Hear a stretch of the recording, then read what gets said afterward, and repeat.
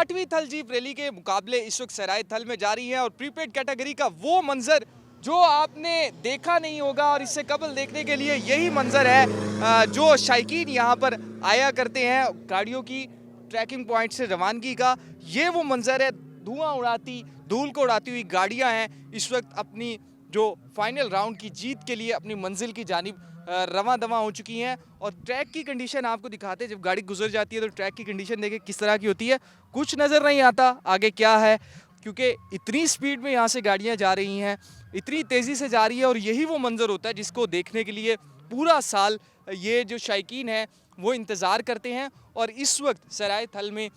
जो आखिरी रोज़ है आज थल जीप रैली का और प्रीपेड कैटेगरी के लिए जो 43 गाड़ियाँ जो मुंतखब हुई थी 100 में से, वो इस वक्त अपनी मंजिल की जानिब सारी रवा दवा हो रही है। और ये आपको हम दिखा रहे हैं, ये स्टार्टिंग पॉइंट है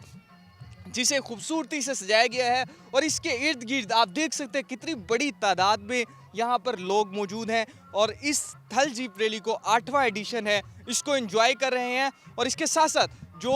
मोटर बाइक रेसर्स हैं और जो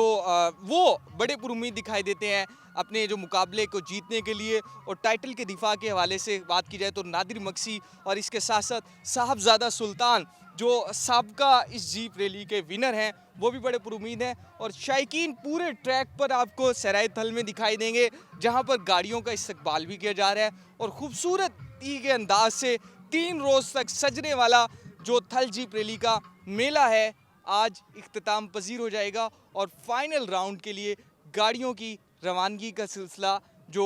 ओपनिंग पॉइंट है वहाँ से जारी है।